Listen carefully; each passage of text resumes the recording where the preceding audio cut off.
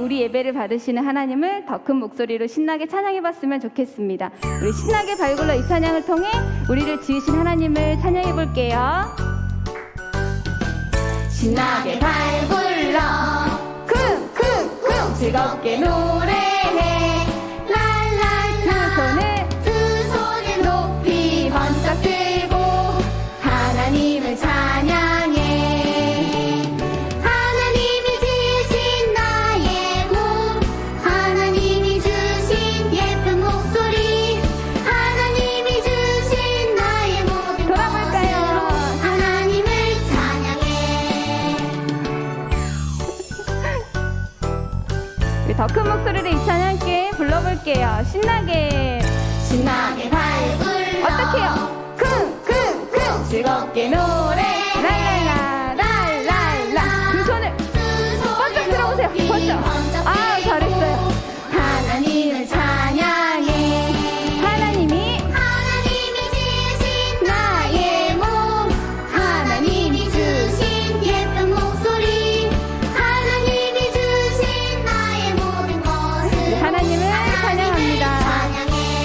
하나님이 우리의 주신 예쁜 몸, 하나님이 주신 예쁜 목소리, 하나님이 주신 나의 모든 것으로 하나님을 찬양해.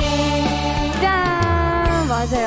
우리 친구들이 찬양한다고 번쩍번쩍 드니까 막 카메라에 손이 나오죠? 너무 잘했어요.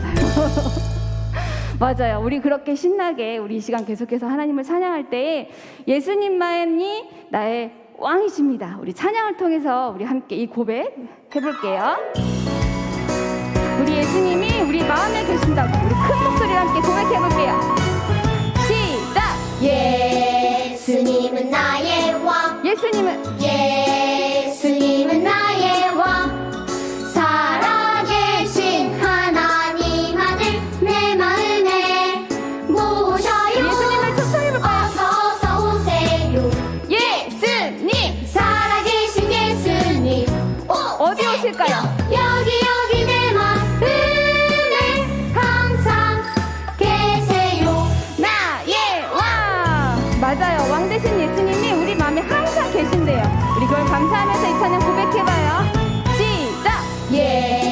예수님은 나의 왕, 예수님은 나의 왕, 살아계신 하나님 아들 내 마음에 모셔요. 어서 오세요. 예수님! 살아계신 예수님 오세요! 여기 내 마음에 항상 계세요. 나의 왕! 아멘. 이 시간 우리의 왕 대신 하나님을 계속해서 찬양했으면 좋겠습니다. 아멘. 우리 하나님께 감사와 영광의 박수 올려드리겠습니다. 네. 우리 계속해서 함께 찬양하기 원하는데요. 우리가 아마 함께 걷는 교회에서 아마 이 찬양을 제일 많이 부르지 않았을까 생각합니다. 우리 주 이름 찬양 우리 함께 고백하며 나아가겠습니다.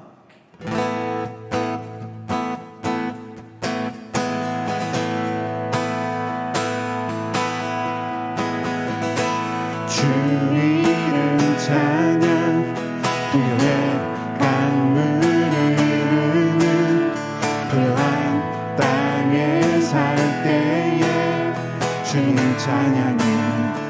주 이름 찬양, 주 이름 찬양, 거칠은 광야와 같은 인생길 걸어갈 때도 주님 찬양해. 모든 축복 주신 주님 찬양하리. 어두운 날이 다가와도 난 외치리. 주의 이름을 찬양해. 주의 이름을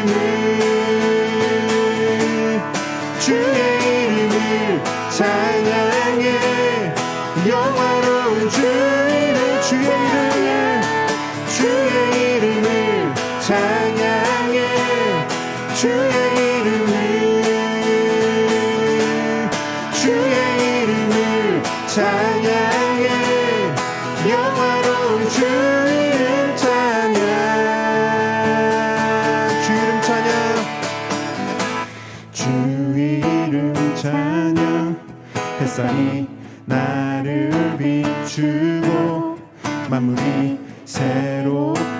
될 때 주님 찬양해.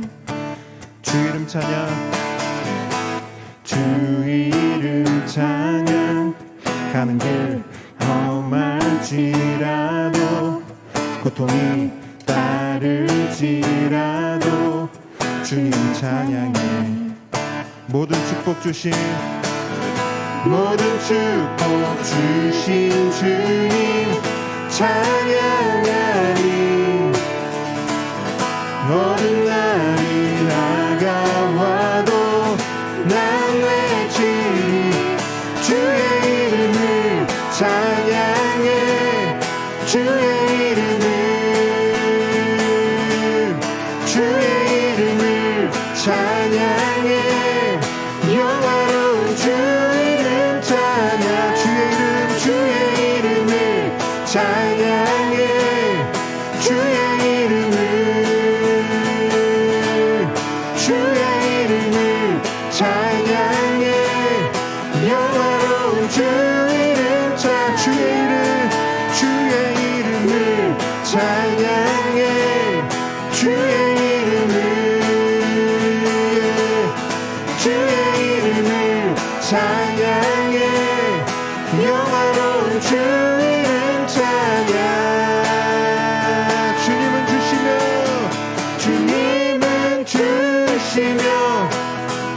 주님은 찾으시네.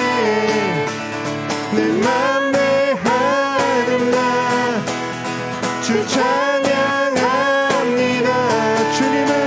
주님은 주시면 주님은 찾으시네. 내 맘 내 하늘나 주 찬양합니다.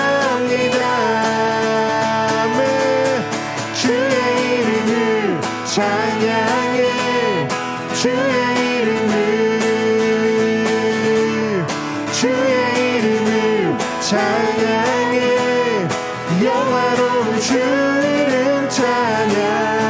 주의 이름을 찬양해. 주의 이름을 찬양해. 영화로운 주 찬양. 영화로운 주 이름 찬양. 영화로운 주 이름 찬양. 아멘. 나는 찬양하리라.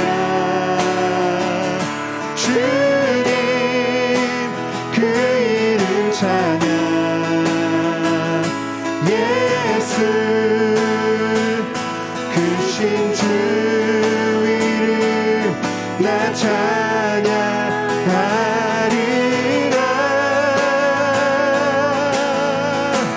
나는 찬양하리라. 주님 그 이름 찬양. 예수 크신 주 나 찬양하리라.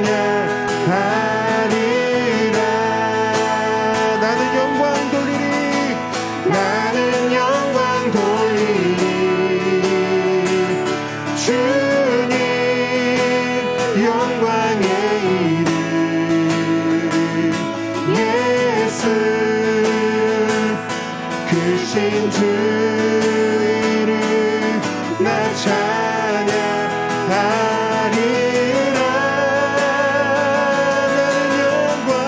나는 영광 돌리리. 아멘. 주님 영광의 이름. 예수 크신 주 이름 나 찬양하리라. 한번 더 고백하.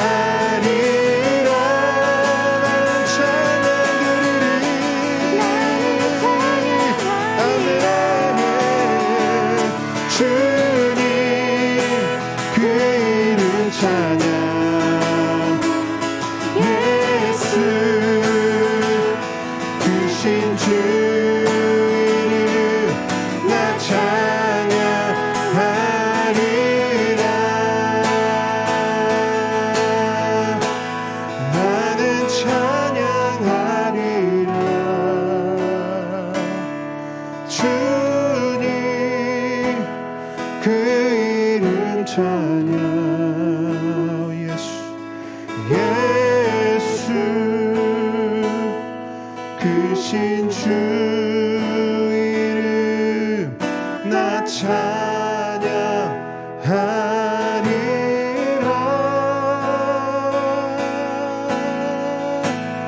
나는 찬양하리라. 주님 그 이름 찬양. 예수 크신 주 이름 나 찬양하리라.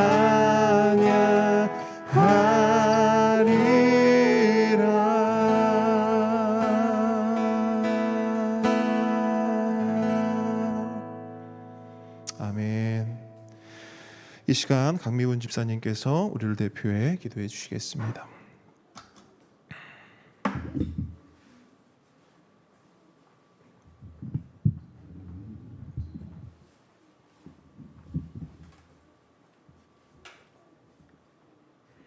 놀라우신 하나님 아버지, 우리를 십자가 사랑으로 구원하시고 보호하시며 인도하시는 하나님 아버지, 하나님께서 구별하여 예배자로 부르신 은혜로 감사드립니다. 아버지, 우리를 통하여 영광 받으시옵소서. 죄로 죽을 수밖에 없던 우리의 죄를 보게 하시고 역사하신 하나님의 놀라우신 은혜 앞에 감사드립니다. 죄인인 우리의 인생에 찾아오셔서 기적을 이루어 가시는 하나님 아버지, 죄 앞에 쉽게 넘어지는 우리의 연약함을 아시는 성령님 함께하여 주시고 도와주시니 감사드립니다. 정죄하지 않으시고 책망하지 않으시고 평안을 주시는 하나님 아버지, 주의 말씀은 내 발의 등이요 내 길의 빛이니이다. 말씀 따라 성경 통독을 통하여 하나님을 더 깊이 알아가도록 인도하시니 감사드립니다. 우리 함께 걷는 교회 공동체 성도들의 필요를 아시고 채워주시는 아버지, 우리를 불쌍히 여겨주시고 도와주시기를 간절히 소망합니다. 함께 모여 예배할 수 있는 교회 공간을 주시옵소서. 너는 내게 부르짖으라. 내가 내게 응답하겠고 내가 알지 못하고는 크고 엄밀한 일을 내게 보이리라 말씀 붙들고 간절히 기도합니다. 도와주시옵소서. 믿지 않는 가족을 구원하여 주시옵소서. 우리가 십자가에 빚진 자를 살게 하시고 복음을 전파하는 삶의 도구로 다듬어 주시옵소서. 아버지 마음이 있는 곳에 손과 발이 되도록 환경을 열어주시고 성령보다 앞서지 않도록 인도하여 주시옵소서. 함께 걷는 교회 주의 종으로 세우신 유정훈 목사님의 신원을 간격케 하시고 하나님 나라를 위하여 마음껏 쓰임받게 하여 주시옵소서. 다음 세대 아이들을 축복하여 주시고 말씀 앞에 우리의 무릎으로 잘 섬기는 교회 되게 하옵소서. 교회를 섬기시는 전도사님과 찬양팀을 축복하시고 우리가 주님 주시는 사랑의 힘으로 서로 잘 섬길 수 있도록 인도하여 주시옵소서. 감사함으로 드려지는 물질 위에 더 풍성히 채워주실 하나님을 찬양하며 하나님 나라를 위해 선한 곳에 사용하여 주시옵소서. 살아계시고 역사하시는 우리 주 예수 그리스도의 이름으로 기도드립니다. 아멘.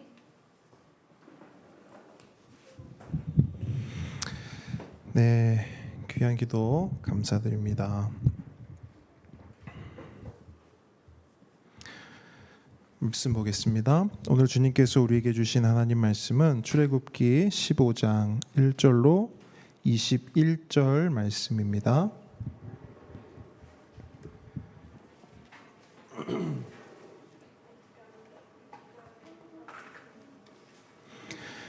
출애굽기 15장 1절로 21절 말씀 우리 한 절씩 교독하고요.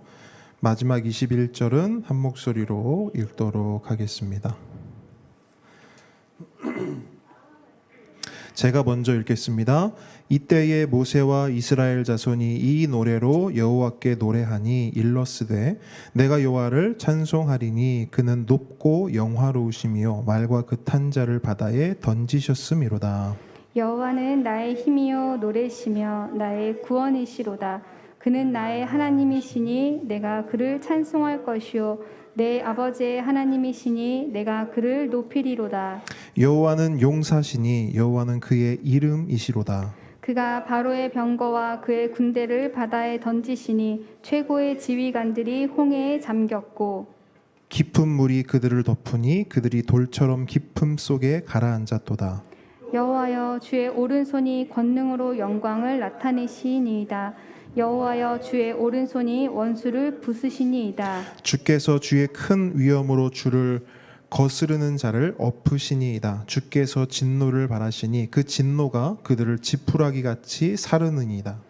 주의 콧김에 물이 쌓이되 파도가 언덕같이 일어서고 큰 물이 바다 가운데 엉기니이다. 원수가 말하기를 내가 뒤쫓아 따라잡아 탈취물을 나누리라. 내가 그들로 말미암아 내 욕망을 채우리라. 내가 내 칼을 빼리니 내 손이 그들을 멸하리라 하였으나 주께서 바람을 일으키심에 바다가 그들을 덮으니 그들이 거센 물에 납같이 잠겼나이다. 여호와여 신중에 주와 같은 자가 누구니이까? 주와 같이 거룩함으로 영광스러우며 찬송할 만한 위엄이 있으며 기이한 일을 행하는 자가 누구니이까? 주께서 오른손을 드신즉 땅이 그들을 삼켰나이다. 주의 인자하심으로 주께서 구속하신 백성을 인도하시되 주의 힘으로 그들을 주의 거룩한 처소에 들어가게 하시나이다. 여러 나라가 듣고 떨며 블레셋 주민이 두려움에 잡히며 에돔 두령들이 놀라고 모압 영웅이 떨림에 잡히며 가나안 주민이 다 낙담하나이다.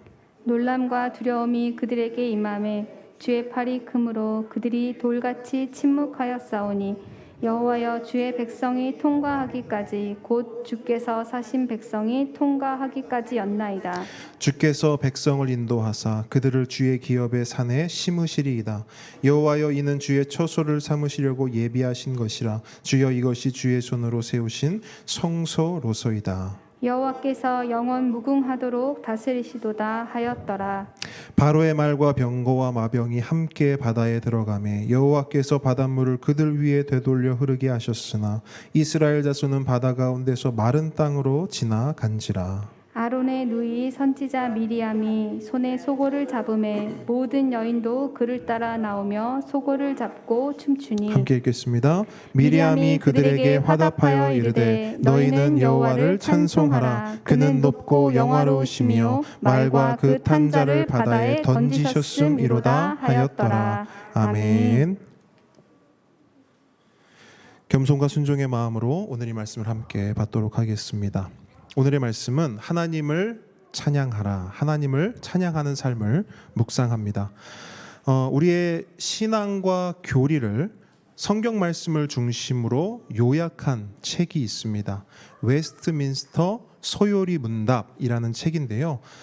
책 이름에 걸맞게 이 책은 묻고 답하는 문답 형식으로 되어 있습니다. 그래서 소요리 문답이라고 부르는 것이죠. 그 책을 보면 첫 번째 나오는 질문이 있습니다. 그 질문이 뭐냐?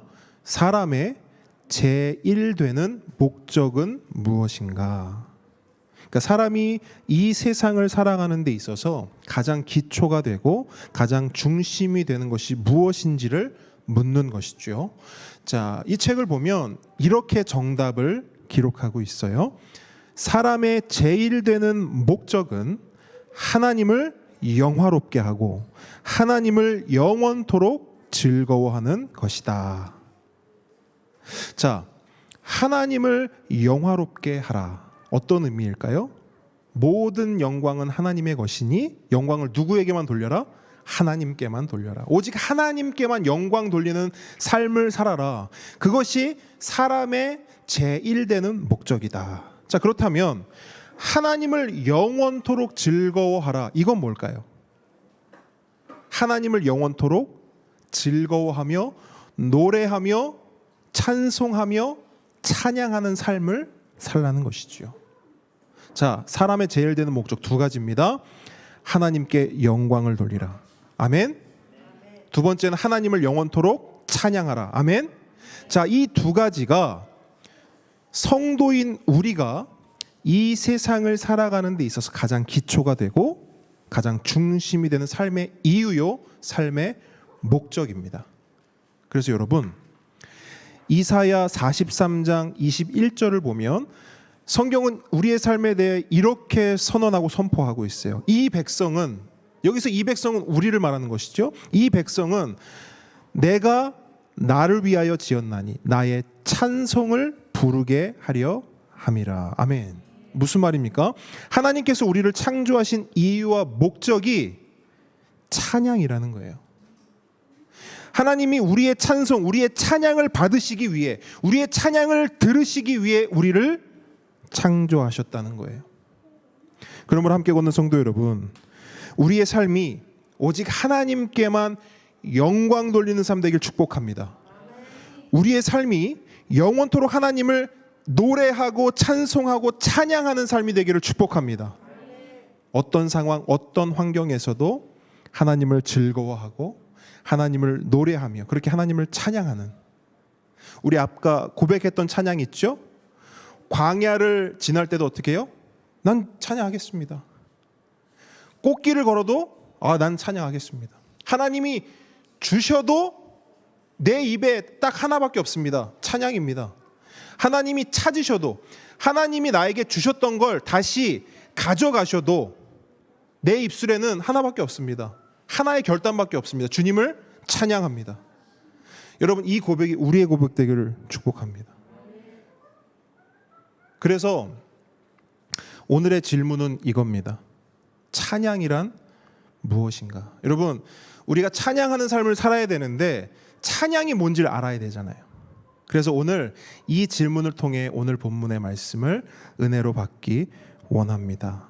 찬양이 무엇인가? 근데 오늘 본문이요, 그런 의미에서 굉장히 중요해요. 왜 그러냐면 오늘 본문은 성경에 기록된 최초의 찬양이에요. 다른 말로 하면 가장 오래된 찬양이에요. 성경 최초의 찬양이, 공식적인 찬양이 출애굽기 15장에 터져 나옵니다. 오늘 이 시간 이 최초의 찬양을 통해 찬양을 묵상합니다. 물론 우리가 찬양에 대한 모든 것을 이 시간 다 알 수는 없어요. 하지만 찬양의 핵심을 우리가 좀 살펴보려고 해요. 두 가지를 통해서 찬양이 이런 것이구나, 찬양의 핵심을 우리가 살펴보기 원하는데요. 묵상하실 때 우리의 삶이 찬양을 알고 찬양으로 하나님께 영광 돌리는 삶 되기를 주님의 이름으로 축복합니다. 말씀으로 들어갑니다. 자, 찬양이란 무엇인가? 첫 번째, 찬양이란 무엇인가? 특권입니다. 찬양이 뭐라고요? 특권. 여러분, 특권이 뭡니까? 한마디로 나만 할 수 있는 거예요.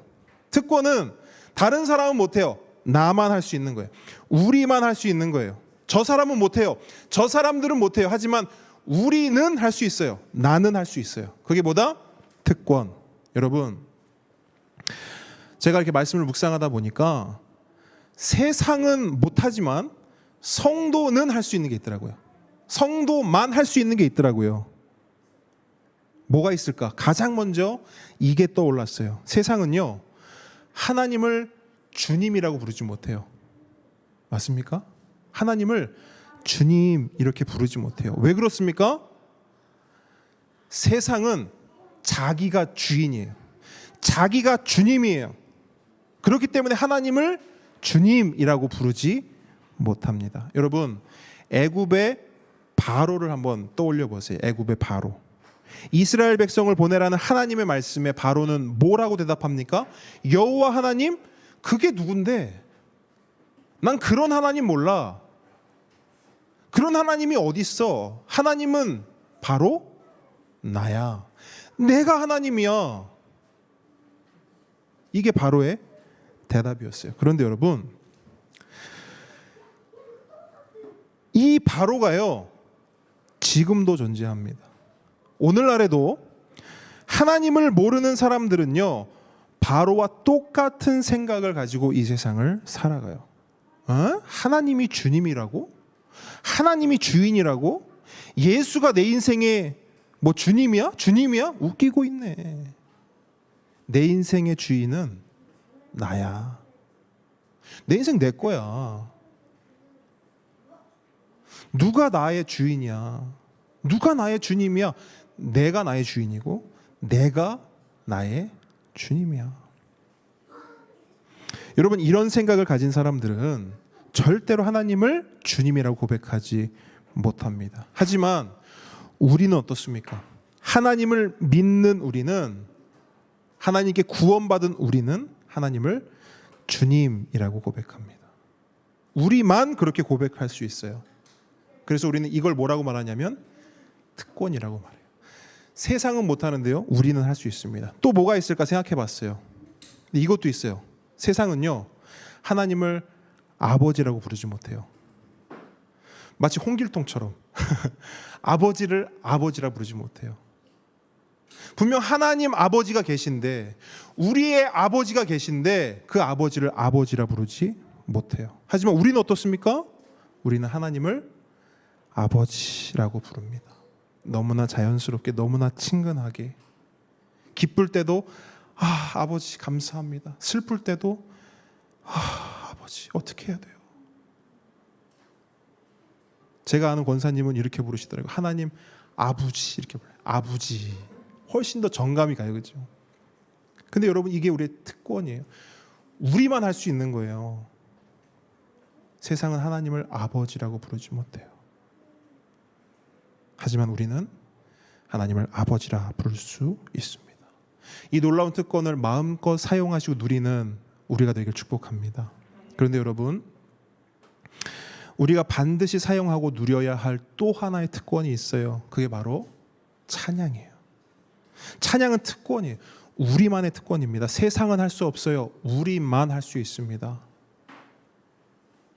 여러분, 굉장히 중요한 거예요. 찬양은 우리만의 특권이에요. 여기서 우리는 누굴 말해요? 하나님께 구원받은 하나님 백성, 하나님의 은혜를 입은 하나님의 성도를 말합니다. 다시 말해, 찬양은 누가 할 수 있냐? 하나님이 어떤 분인지를 아는 사람만 찬양할 수 있어요. 좀 더 구체적으로, 하나님이 나를 위해 어떤 일을 행하셨는지를 직접 경험한 사람만 찬양할 수 있습니다. 왜 그러냐면요, 이유가 있어요. 찬양은 반응이기 때문에 그래요. 찬양은 리액션이기 때문에 그래요. 여러분, 찬양은요, 여러분 보세요. 찬양은 우리가 인위적으로 만들어내는 게 아니에요. 인위적으로 만들어내는 게 아니에요. 만들어낼 수 없어요. 찬양은 반응이에요. 리액션이에요. 하나님의 구원에 대한 우리의 반응이고요, 하나님의 은혜에 대한 우리의 리액션이에요. 예를 들어 볼게요. 거대한 자연 앞에 섰어요. 우리는 반응하죠. 우와, 대박. 와, 최고다. 어떻게 이럴 수가 있지? 어떻게 하늘이 이럴 수 있지? 어떻게 바다가 이럴 수 있지? 반응의 모양은 다를 수 있어요. 하지만 그 모든 반응의 공통점은 뭐예요? 자연스럽다는 거예요. 자동으로 튀어나온다는 거예요. 인위적으로 만들어내지 않아요. 바다를 보고 와, 좋다, 이렇게 인위적으로 나오지 않아요. 거대한 자연에 압도되면 와,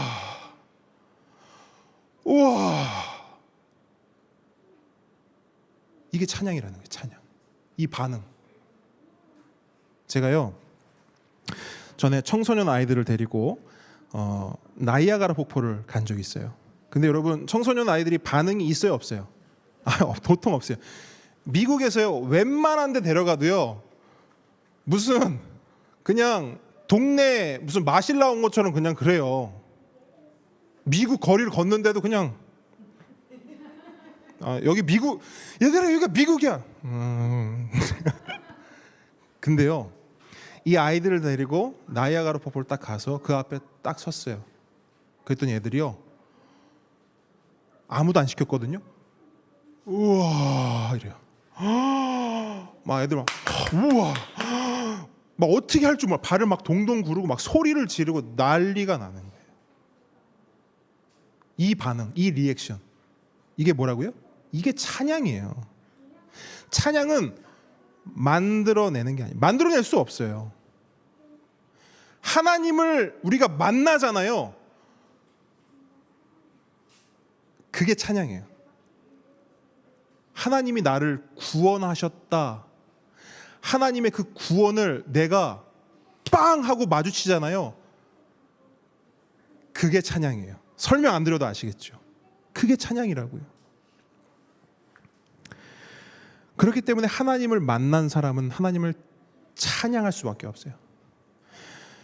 하나님이 어떤 분인지를 알면, 하나님의 구원이 뭔지를 알면, 예수 그리스도의 십자가가 어떤 의미인지를 알면 가만히 있을 수 없다고요. 그래서 찬양은 아무나 할 수 있는 게 아니에요. 하나님의 사랑과 하나님의 은혜에, 저 이 표현을 되게 좋아하거든요. 쾅 하고 충돌한 사람만 찬양할 수 있어요. 하나님의 사랑에 쾅 부딪혀야만 찬양할 수 있다고요. 그냥은 안 돼요. 그냥은 안 돼요. 와, 내가 왜 찬양이 안 되지? 왜 내 입술에 찬양이 안 나오지? 이거예요, 이거. 그래서 제가 말씀드려요. 찬양은 아무나 할 수 있는 게 아니에요. 특권이에요. 하나님이 나에게 오셔서 꽝 부딪혀야 내가 찬양할 수 있는 거예요.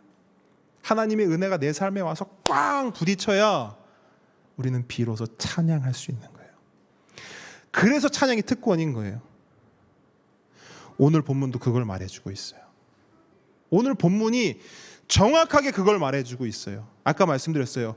오늘 본문은 성경에 처음으로 등장하는 찬양이라고. 어마어마한 찬양이 쏟아져 나와요.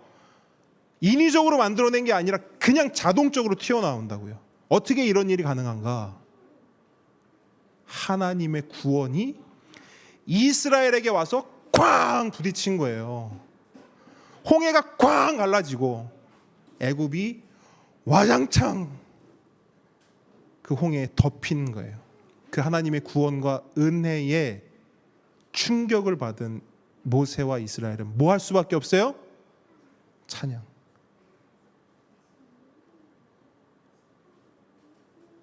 결국 그들이 찬양할 수 있었던 건 하나님이 그들에게 오셨기 때문이에요. 하나님의 구원이 그들을 덮었기 때문이에요. 하나님의 은혜가 그들을 휘감았기 때문이에요. 그래서 찬양은 뭐다? 특권이다. 여러분 1절 말씀 한번 같이 읽어볼까요? 1절 말씀 한 목소리로 읽습니다. 시작. 이때에 모세와 이스라엘 자손이 이 노래로 여호와께 노래하니 일러스되 내가 여호와를 찬송하리니 그는 높고 영화로우시며 말과 그 탄 자를 바다에 던지셨음이로다. 자, 여러분 여기서 주목해서 봐야 할 단어가 있어요. 바로 이때에라는 단어예요. 이때에. 자, 여기서 말하는 이때에는 언제예요? 제가 방금 설명드렸어요. 그죠? 14장 마지막 부분, 지난주 본문을 보시면 두 가지 사건이 크게 일어났어요. 그죠? 두 가지 충격이 있었어요. 첫 번째 충격은 뭐냐? 이스라엘이 홍해를 건넜어요. 마른 땅으로 건넜어요. 자, 두 번째 사건은 뭐예요? 이스라엘이 마른 땅으로 건넌 그 홍해의 애굽이 어떻게 됐어요? 완전히 수장되어 단 한 사람도 살아남지 못했습니다. 바로 그 일이 있은 후, 그게 바로 이때에인 거예요. 이때에. 자, 그 이때에 이스라엘이 뭘 하고 있느냐? 자, 중요 포인트 세 곳만 제가 1절에서 찝어드릴 거예요. 이때에 이 노래로 여호와를 찬송하리니. 한 번 더요.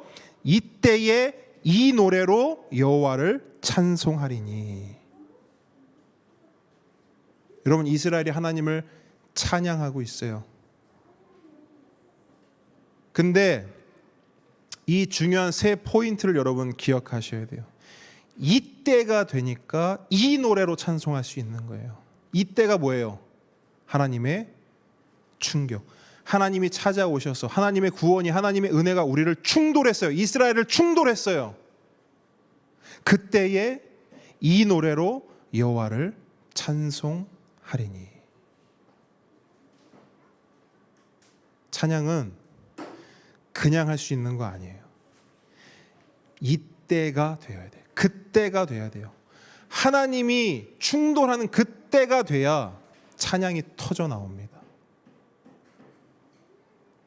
여러분 말씀을 좀 더 볼게요. 그렇다면 여러분 생각을 해보세요. 그 당시 그때, 이때라고 하는 그때 상황을 한번 상상을 해보세요. 이스라엘은 찬양하고 있어요. 애굽은 뭘 하고 있습니까? 그냥 상상을 해보세요. 홍해 바다에 둥둥 떠 있어요. 지금 같은 상황이에요. 이스라엘은 무트로 올라와서 하나님을 찬양하고 있고 그 옆에 홍해 바다에서는 애굽이 둥둥 떠 있는 거예요. 바다에. 자, 너무나 당연한, 어쩌면 뻔한 질문일 수 있어요. 그래도 묻습니다. 중요하기 때문에. 여러분, 애굽이여 찬양할 수 있습니까? 못하죠. 이제 뻔한 질문이라고 말씀드렸어요. 근데 묻는 이유가 있어요. 하나만 더 물을게요. 왜 찬양할 수 없죠? 그냥 말씀하시면 돼요. 넌센스 문제 아닙니다. 좀 더 그냥 있는 그대로 홍해에 둥둥 떠 있어. 그럼 어떤 상태인 거예요, 그들이? 죽었어요. 왜 찬양할 수 없냐? 간단해요. 죽었어요. 다른 말로 방금 성도님 말씀하셨던 것처럼 구원받지 못했기 때문이에요. 왜 찬양하지 못하냐? 죽었기 때문이에요. 이 죽었다는 말을 다른 걸로 표현하면 구원받지 못했기 때문이에요. 더 정확하게 표현해 볼까요? 하나님이 그들에게 찬양할 특권을 안 주셨기 때문이에요. 찬양할 특권을 안 주셨다고요. 여러분, 찬양 아무나 할 수 있는 거예요? 아니요. 찬양은 아무나 할 수 있는 게 아닙니다. 입이 있다고 하는 게 아니에요. 입이 있으면 뭐예요? 홍해에 둥둥 떠 있는데요. 죽었는데 입이 있으면 뭐 하냐고요.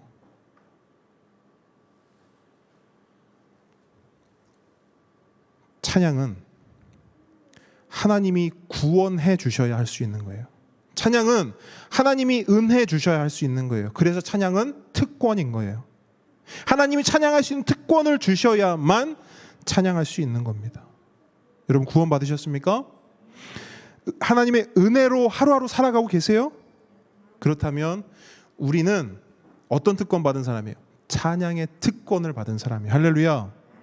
하나님은 우리의 찬양을 원하세요. 왜?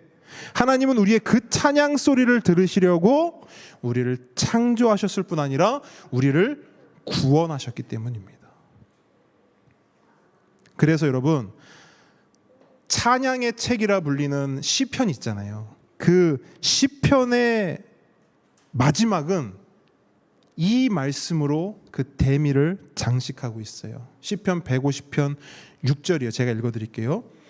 호흡 있는 모든 자마다 여호와를 뭐하라? 찬양할지어다. 한 번 더요.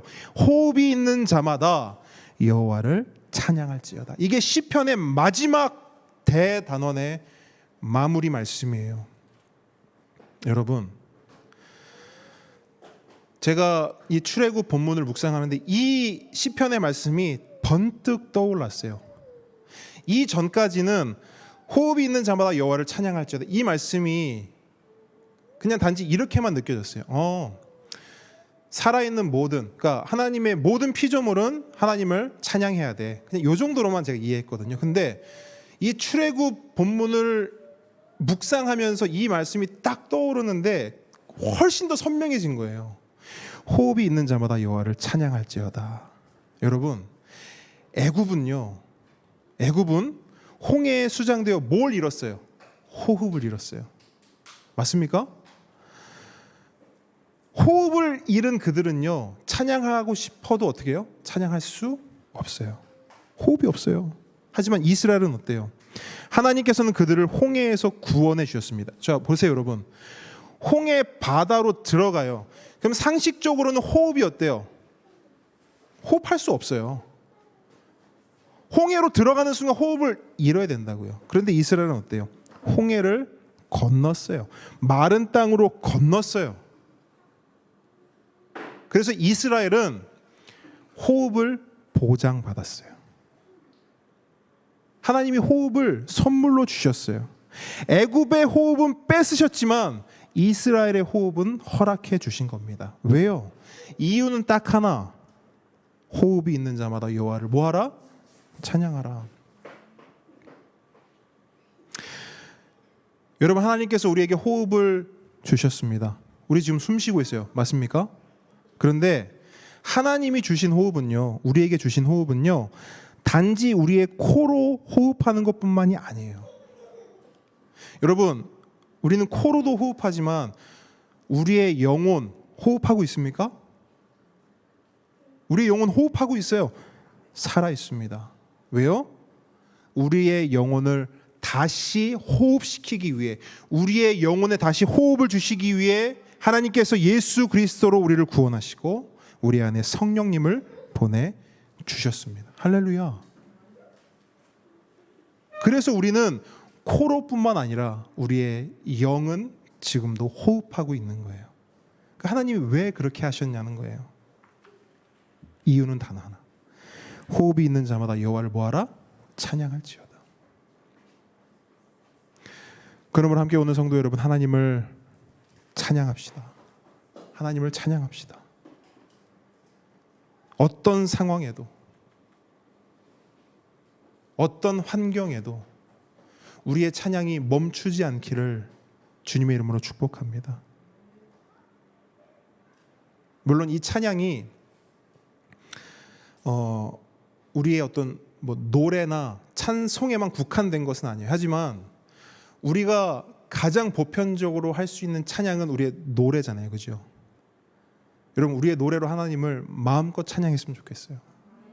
이렇게 권면하면 어떤 분들은 이렇게 말해요. 목사님, 제가 노래 실력이 좀 변변찮아서 좀 어렵습니다. 제 주변에 있는 목사님들도요, 어떤 목사님은 설교보다 찬양이 더 어렵대요.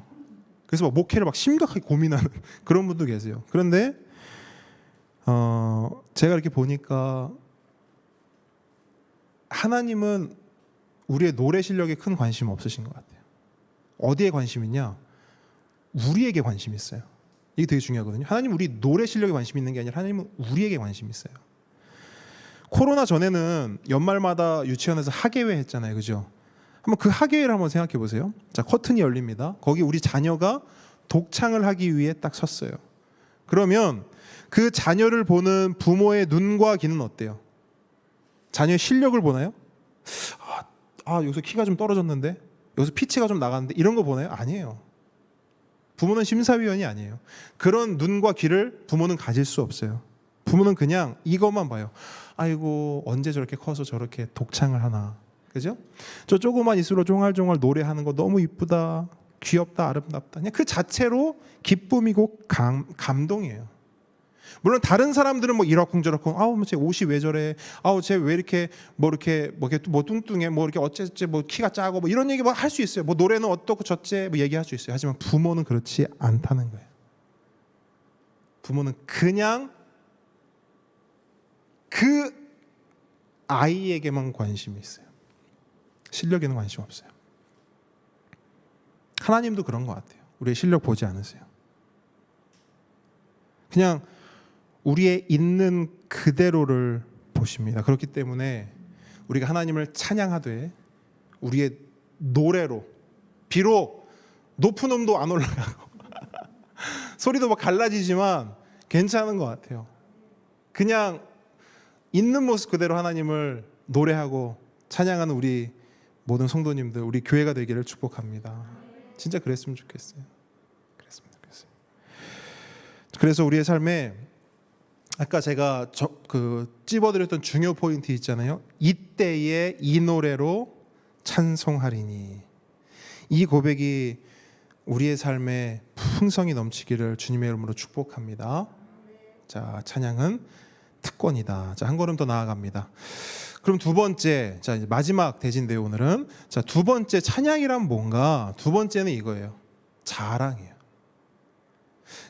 앞서 찬양 특권이다에서는 찬양의 어떤 그 의미를 살펴봤다면, 두 번째에서는 이걸 좀 살펴보려고. 그럼 찬양이 진짜 뭐냐? 찬양이 뭐냐? 그러니까 제가 고민을 많이 했거든요. 찬양이 뭘까? 찬양을 어떻게 하면 한마디로 딱 정의할 수 있을까? 사실 찬양의 의미는 굉장히 많아요. 제가 실제로 뭐 책도 보고 검색도 해봤지만 찬양하면 여러 가지 의미가 되게 많아요. 그리고 실제로 제가 예전에 그 신대원에서 공부할 때 한 강의를 들은 적이 있는데, 찬양에 대해서 강의를 하는데요. 그분은 이 찬양의 의미를 한 10대까지로 하시더라고요. 찬양, 첫 번째는 찬양이 이것이다. 둘째, 찬양은 이것이다. 셋째, 찬양은 이것이다. 물론 그렇게 다각적으로 찬양을 이해하고 공부하는 것 중요하고 필요합니다. 하지만 저는 딱 하나의 핵심을 좀 붙잡고 싶었어요. 그래서 고민했는데 그 고민의 결과가 딱 나왔어요. 찬양이 뭐냐? 찬양은 자랑이다. 그 누군가 물어요. 아, 찬양이 뭐야? 그럼 우리는 딱 말하면 돼요. 찬양은 하나님을 자랑하는 거야. 이게 찬양이에요. 복잡하지 않아요. 찬양은 자랑이다. 자, 오늘 본문도 그걸 우리에게 말씀하고 있는데요. 1절부터 21절, 그러니까 본문 전체를 보시면요, 모세와 이스라엘 그리고 미리암까지요, 그러니까 한 목소리로 지금 이들이 하고 있는 게 있어요. 근데 이들이 하고 있는 게 뭐냐? 딱 하나더라고요. 자랑하고 있어요. 누굴 자랑하고 있어요? 하나님 자랑하고 있어요. 1절부터 21절까지요, 쉬지 않고 하나님을 자랑하고 있습니다. 한번 간단하게 살펴볼게요. 어떻게 자랑하고 있는지. 자, 1절로 10절 보세요. 제가 뭉뚱그려서 딱 찝어 드릴게요. 1절부터 10절 뭘 자랑하고 있냐면 이거예요. 우리 하나님이 애굽을 혼쭐 내줬다, 이거예요. 지금 이거 자랑하고 있는 거예요. 우리 하나님이 그 아주 교만한 애굽을 혼쭐을 내줬어. 지금 이거 1절 10절 그 자랑하고 있는 거예요. 자, 11절 보세요. 11절에서는 이거 자랑하고 있어요. 우리 하나님 같은 분 없어. 우리 하나님이 최고야. 이렇게 자랑하고 있어요. 자, 11절 말씀은 오늘 본문 중에서도 좀 중요한 말씀이거든요. 함께 한번 읽어보도록 할게요. 이렇게 자랑하고 있는 거예요. 시작.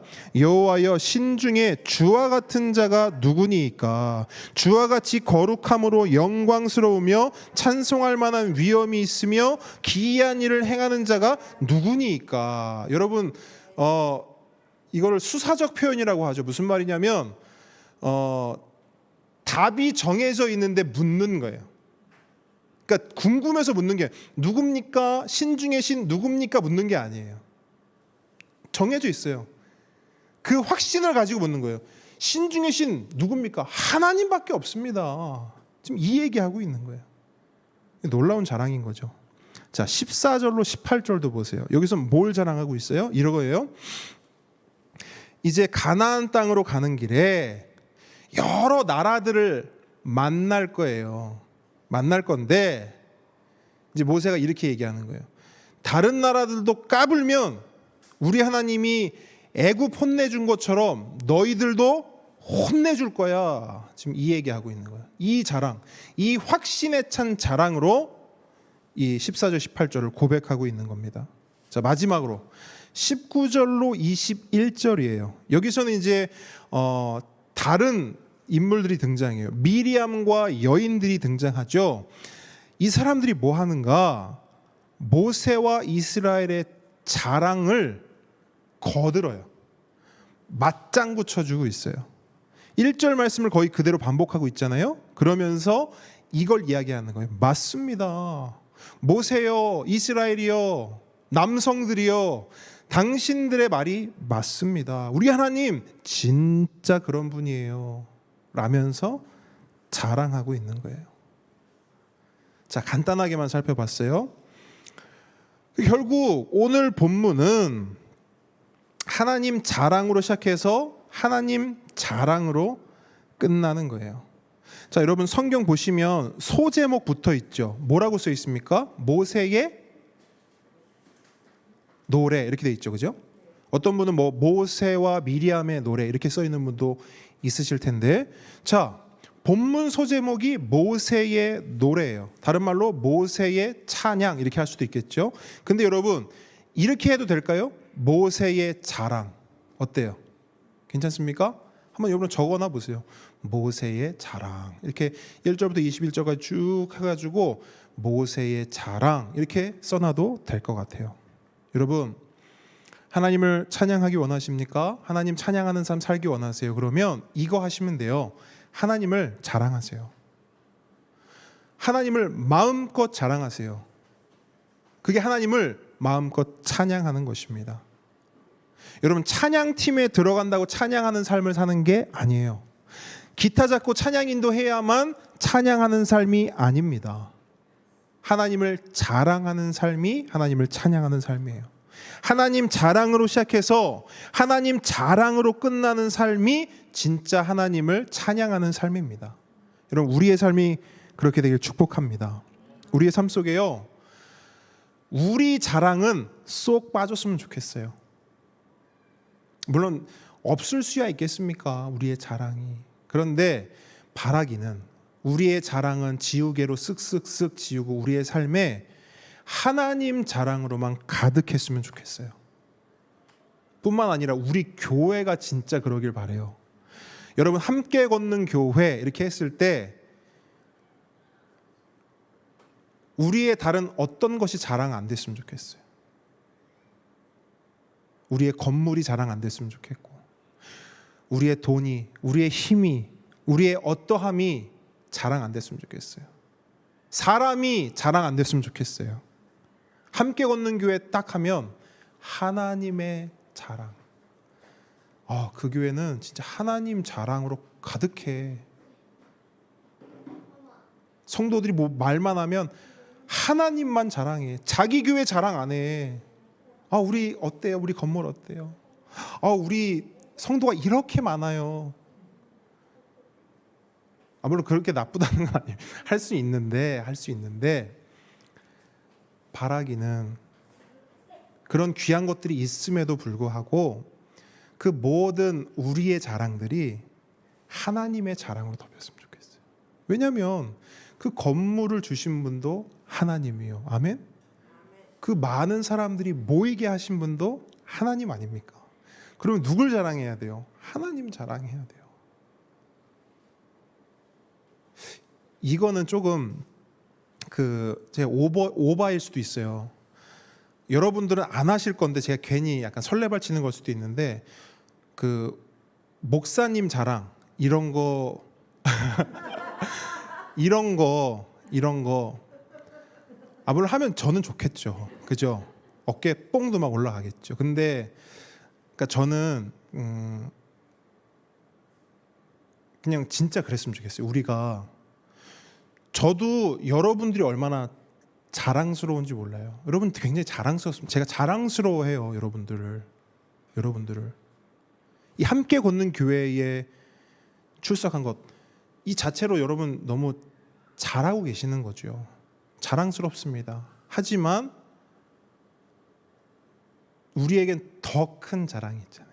하나님만 자랑했으면 좋겠어요. 그렇죠? 그렇다고 저를 너무 괄시하지 마시고, 하여튼 뭐 안 하실 건데 제가 괜히 들쑤셨나요? 그러니까 제 마음을 아시겠죠? 그러니까 우리는 진짜 하나님만 자랑하는 교회 됐으면 좋겠습니다. 여러분, 그런 교회가 행복한 교회예요. 진짜 그렇습니다. 우리가 많은 교회들 보잖아요. 불행한 교회는 뭐냐면 사람 자랑이 너무 많아요. 그런 교회는 100% 불행해집니다. 문제가 생겨요. 근데 하나님 자랑하는 교회는 문제가 없더라고요. 하나님만 자랑합시다. 자, 그런데 여러분, 우리가 하나님을 이제 자랑해야 돼요. 그죠? 우리가 하나님을 자랑하는 삶, 찬양하는 삶을 살아야 되는데, 그 하나님을 자랑하는데 여러분 약간의 기술이 필요하더라고요. 오늘 본문을 보니까 약간 그 기술이 약간 보여요. 그냥 하나님을 덮어놓고 무작정 자랑할 수 있어요. 난 복잡한 거 모르니까 그냥 우리 하나님 그냥 최고, 그냥 우리 하나님 그냥 뭐 따봉, 그냥 묻지도 말고 따지지도 않고 그냥 우리 하나님은 최고 따봉, 이렇게 할 수 있어요. 이게 나쁜 것도 아니에요. 근데 이렇게 자랑하는 거는 한계가 있어요. 한계가. 그래서 오늘 본문은 우리에게 팁을 줘요. 하나님을 자랑하되 구체적으로 무엇을 어떻게 자랑해야 하는가를 우리에게 보여줍니다. 두 가지인데요. 첫 번째는 이거예요. 하나님의 속성을 자랑하라. 그러니까 하나님을 자랑하되, 그거 좋아요. 하나님을 자랑하는 거 좋아요. 근데 어떻게 자랑하냐면 하나님이 어떤 분인지, 그분의 성품, 그분의 속성을 구체적으로 자랑하라는 거예요. 자, 모세가 어떻게 하는지 한번 볼까요? 1절로 한번 3절 보세요. 1절로 3절 보시면 한번 여러분 찾아보세요. 같이 한번 찾아보죠. 1절로 3절에서 모세는 하나님의 성품, 하나님의 속성을 어떻게 구체적으로 자랑하고 있습니까? 하나님은 높으십니다. 있어요, 없어요? 있죠. 하나님은 우리 하나님 높으신 분입니다. 또 뭐 있어요? 하나님은 영화로우십니다. 또 하나님은 우리의 힘이 되십니다. 하나님 우리의 노래 되시고요. 하나님 우리의 구원이십니다. 하나님 우리의 용사 되십니다. 보이시죠? 네, 하나님의 성품, 하나님의 속성을 구체적으로 자랑하라. 자, 여러분 보세요. 요 1절로 3절 여기서만도 이 정도인데요. 성경 전체를 보면 어떨까요? 훨씬 다양하겠죠. 하나님의 성품, 하나님의 속성, 하나님의 존귀하심, 하나님의 영광, 거룩, 공의, 사랑, 인애, 하나님의 신실하심, 하나님의 위로하심, 하나님의 소망 주심. 그리고 우리 지난주 살펴봤던 말씀 기억나세요? 제목? 어떤 하나님? 섬세하심. 하나님의 섬세하심. 이런 것들. 이런 하나님의 속성, 하나님의 성품을 구체적으로 자랑하라는 거예요. 그냥 하나님 좋아, 하나님 최고야, 이렇게 하는 것 좋지만 조금 더 구체적으로 난 우리 하나님 참 섬세하셔서 너무 좋아. 우리 하나님 참 섬세하셔. 우리 하나님 진짜 신실하셔. 변함이 없으셔. 약속하신 거 끝까지 지키셔. 성취하셔. 이런 구체적인 것들. 이렇게 자랑하라는 것이죠. 자, 이게 첫 번째예요. 하나님의 속성, 하나님의 성품을 구체적으로 자랑하라. 두 번째는 뭐냐? 두 번째는 하나님의 행하심을 자랑하래요.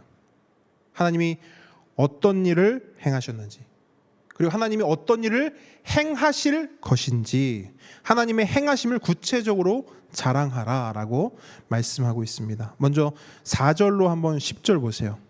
4절로 10절 보시면 여기 내용이 이제 구체적으로 뭘 말하고 있냐면 하나님께서 이스라엘을 위해 어떤 일을 행하셨는지를 자랑하고 있어요. 근데 여러분 그 내용 한번 보세요. 그냥 대략적으로만 보세요. 내용이 그냥 이렇게 뜬구름 잡는 식입니까? 아니면 굉장히 구체적입니까?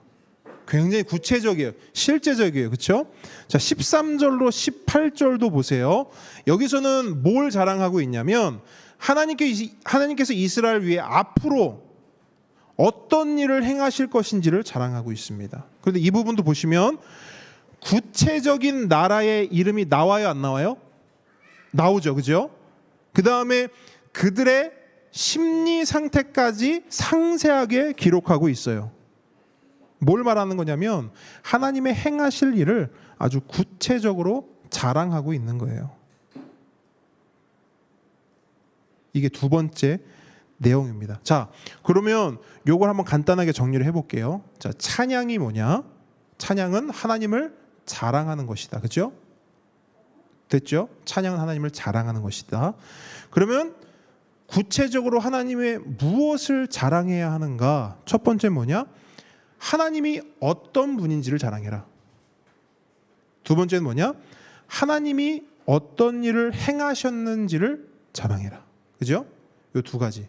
하나님을 자랑하고 하나님의 일하심을 자랑해라. 이것이 하나님을 자랑하는 구체적인 방법이라고 할 수 있어요.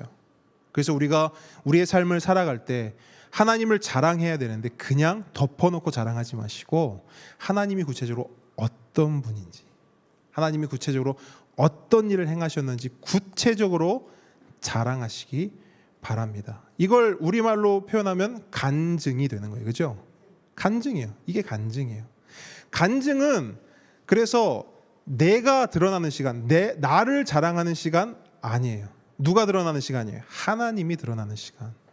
근데 여러분 한번 생각해 보세요. 간증이 좀 많이 퇴색한 부분이 있죠. 왜냐하면 간증하러 나온 분들이 보통 이야기의 이 스토리 전개가 어떻게 되냐면 내가 망했어요. 그런데 이제는 내가 흥했어요. 할렐루야, 아멘.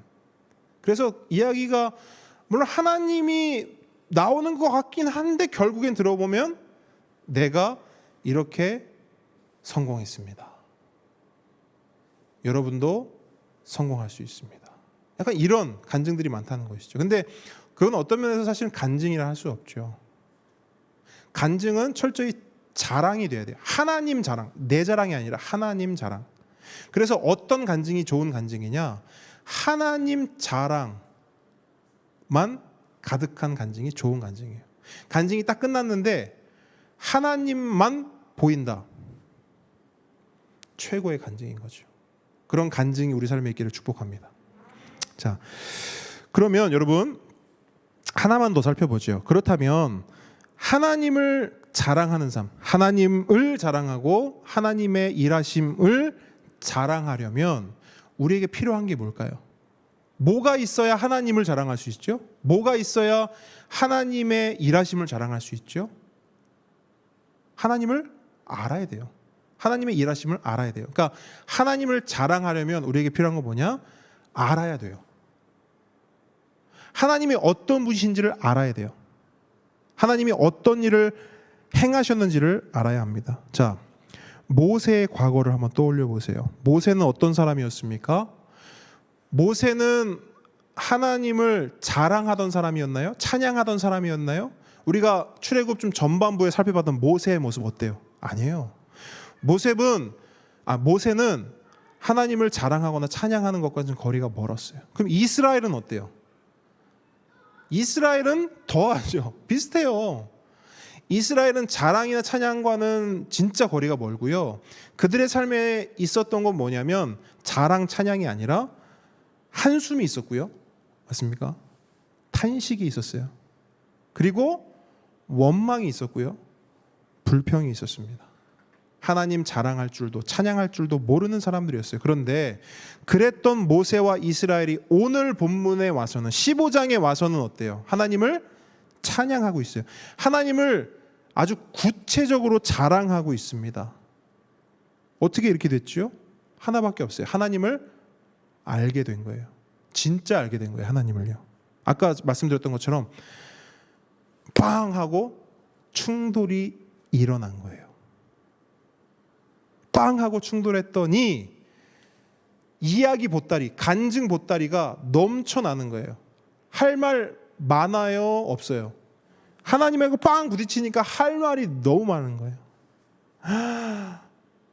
글쎄 하나님이 우리를 홍해를 마른 땅으로 걷게 하셨어. 그 홍해에 애굽을 패대기 치셨어.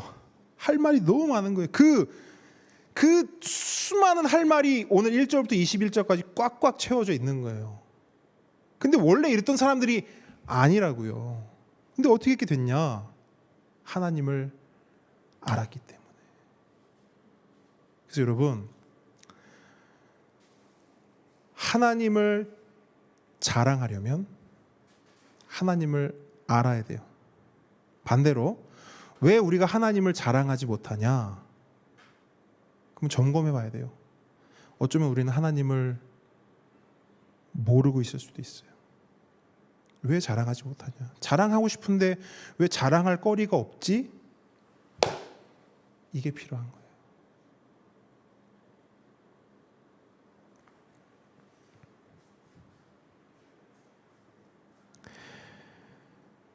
여러분, 오늘 1절부터 21절 말씀을 보면 앞서도 말씀드렸지만 모세와 이스라엘은 자랑이나 찬양하는 거리가 참 먼 사람들인데 이제는 그런 사람들이 아니에요.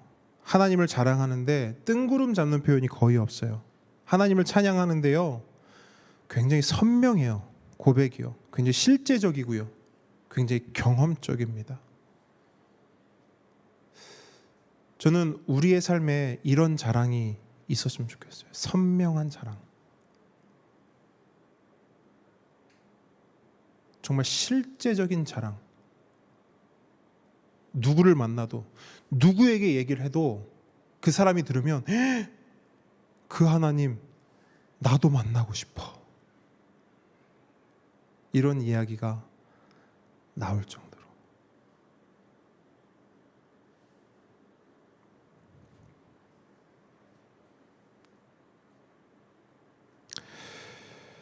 말씀을 정리합니다. 오늘의 말씀은 하나님을 찬양하라입니다. 하나님을 찬양하라. 하나님을 찬양하는 삶. 정말 우리의 삶이 그런 삶이 되기를 바래요. 설교를 준비하면서 저부터 좀 그런 마음이 많이 들었습니다. 저도 이번 한 주간을, 지난 한 주간을 돌이켜보면 하나님을 자랑하고 찬양했던 삶보다는 입을 꾹 닫고 앉아서 걱정하고 근심하고 고민했던 시간들이 더 많은 것 같아요. 그러면서 기도했어요. 하나님, 이 말씀을 이번 한 주간 묵상케 하셨는데, 그리고 이 말씀을 가지고 우리 성도들과 함께 나누라 하나님 말씀하셨는데, 하나님의 그 뜻이 저의 삶에, 우리 모두의 삶에 좀 이루어졌으면 좋겠습니다. 우리 삶에 하나님 찬양하는 삶 됐으면 좋겠습니다. 하나님, 나에게 찬양할 수 있는 특권을 주셔서 감사합니다. 하나님을 자랑할 수 있도록 하나님 찾아와 주시고 만나 주시고 내 안에 예수 그리스도 성령 하나님으로 가득 채워 주셔서 감사드립니다. 하나님 찬양하겠습니다. 그 삶 살겠습니다. 이러한 결단이 우리에게 있었으면 좋겠어요. 오늘 본문 21절 보시면 미리암이 찬양을 마무리하면서 이렇게 외치잖아요. 너희는 여호와를 찬송하라. 그죠? 보이시죠? 너희는 여호와를 찬송하라. 여러분, 이 말씀은요, 저는 확신하는데 이거 우리에게 하는 말씀이에요. 이미 모세와 이스라엘은 찬양하고 있잖아요. 찬송하고 있잖아요. 미리암과 여인들도 찬양하고 있잖아요. 그런데 이렇게 말해요. 너희는 여호와를 찬송하라. 누구 들으라고 하는 거예요? 앞으로 하나님을 자랑할 모든 주의 백성들, 주의 교회들을 향해 선언하고 있는 거예요. 근데 미리암의 이 고백을 보면서 제가 이 장면이 떠올랐거든요. 여러분, 그 가수들 보면 콘서트를 막 하잖아요. 막 하다가 클라이막스가 딱 되면 마이크를 객석으로 딱 넘기죠. 그게 무슨 말이에요? 여러분도 같이 노래합시다 이거죠. 이 장면이 딱 떠오르는 거예요. 미리암이 우리에게 마이크를 넘기고 있어요. 너희도 여호와를 찬양하라. 마이크를 넘기고 있어요. 그럼 우리는 어떻게 반응해야 돼요? 가장 큰 소리로 온 힘과 온 마음 다해 하나님을 찬양해야죠. 이제 우리가 찬양할 차례입니다. 할렐루야. 우리의 삶이 그렇게 하나님을 자랑하고 찬양하는 삶 되기를 주님의 이름으로 축복합니다. 우리 함께 찬양하겠습니다.